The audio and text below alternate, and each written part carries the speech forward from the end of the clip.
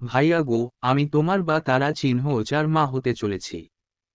আর তুমি আমাকে ফেলে অন্য কাউকে বিয়ে করছো। এমনটা হতে পারে না। তুমি আমাকে তারা চিহ্ন গাতে পার না। মেঘা। কথাগুলো একদমে বলে তারা চিহ্ন পাতে লাগলাম। আমার কথা শুনে উপস্থিত সবাই ইতিমধ্যে আলোচনা শুরু করে দিয়েছে। বিয়ে বাড়ির সবাই চোখ বড় বড় করে আমার দিকে তাকিয়ে আছে। বিশেষ করে তত্ত্বকি ভাইয়ার মুখটা একদম দেখার মতো। নিজের নামে এত বড় অপবাদ পেয়ে স্তব্ধ হয়ে রয়েছে। আমি এক পল ভাইয়ার মুখের দিকে তাকিয়ে আবার কান্না করতে করতে বললাম, তত্ত্বকি ভাইয়া, তুমি আমাকে তারা চিহ্ন গাতে পারো না। তুমি কি ভুলে গিয়েছো আমাদের বিয়ের কথা? মেঘা। আমার কথা শুনে তত্ত্বকি ভাইয়ার আম্মু অর্থাৎ আমার মামি আমাকে জড়িয়ে ধরে বলে উঠলেন, সত্যি বলছিস মা? আমি কি সত্যিই দাদি হতে চলেছি? তত্ত্বকির মা: হ্যাঁ মামি, আমি সত্যি বলছি। কিন্তু তোমার ছেলে স্বীকার করেছে না কেন? কেন আমার সন্তানকে স্বীকার করছে না? ও মামি, আমার বা তারা চিহ্ন যার কি হবে?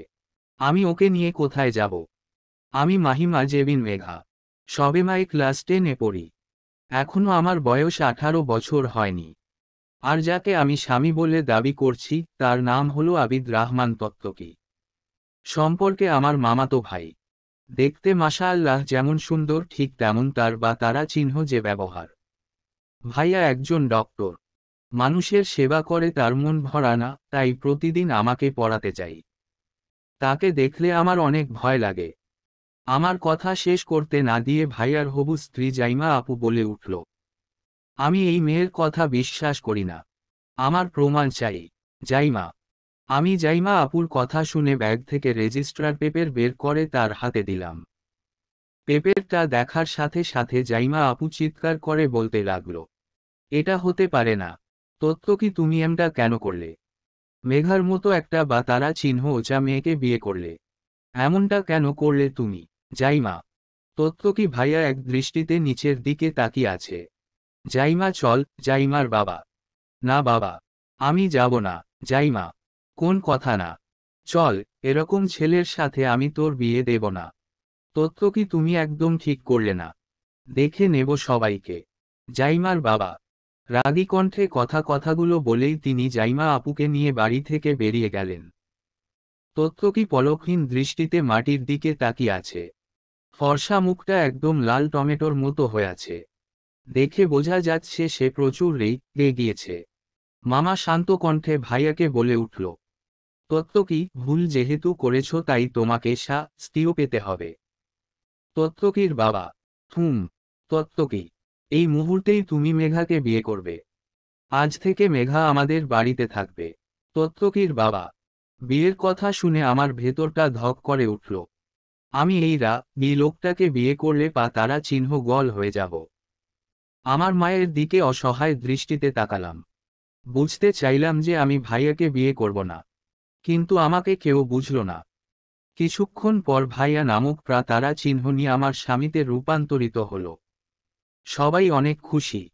বিশেষ করে মামি তো আমার হাত ধরে রেখেছে। মামিকে আস্তে করে বলে উঠলাম, মামি গো, আমার না প্রচুর ভয় লাগছে। মেঘা: আরে পাতারা চিহ্ন গলি, ভয়ের কিছু নেই। তুই নিশ্চিতে থাক। তত্ত্বকির মা: কিভাবে? আজকে ভাইয়া নিশ্চয়ই আমাকে সে তারা চিহ্ন করে তারা চিহ্ন লবে।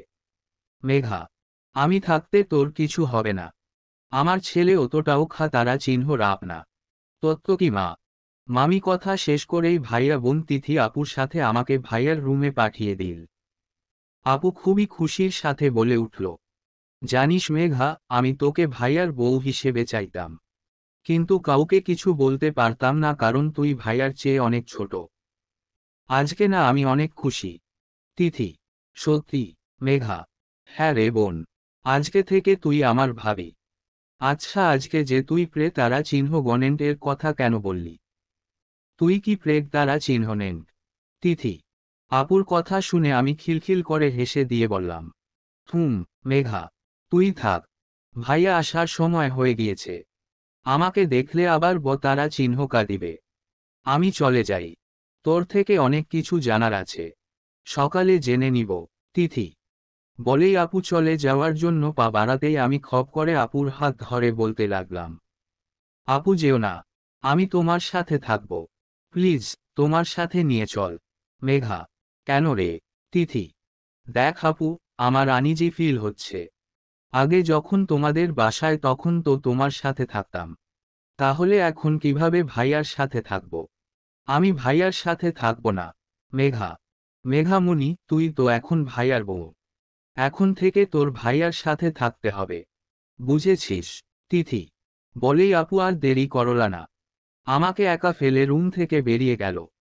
1 ঘন্টা ধরে বিছানায় বসে আছি, এখনো ভাইয়ার আসার নাম নেই।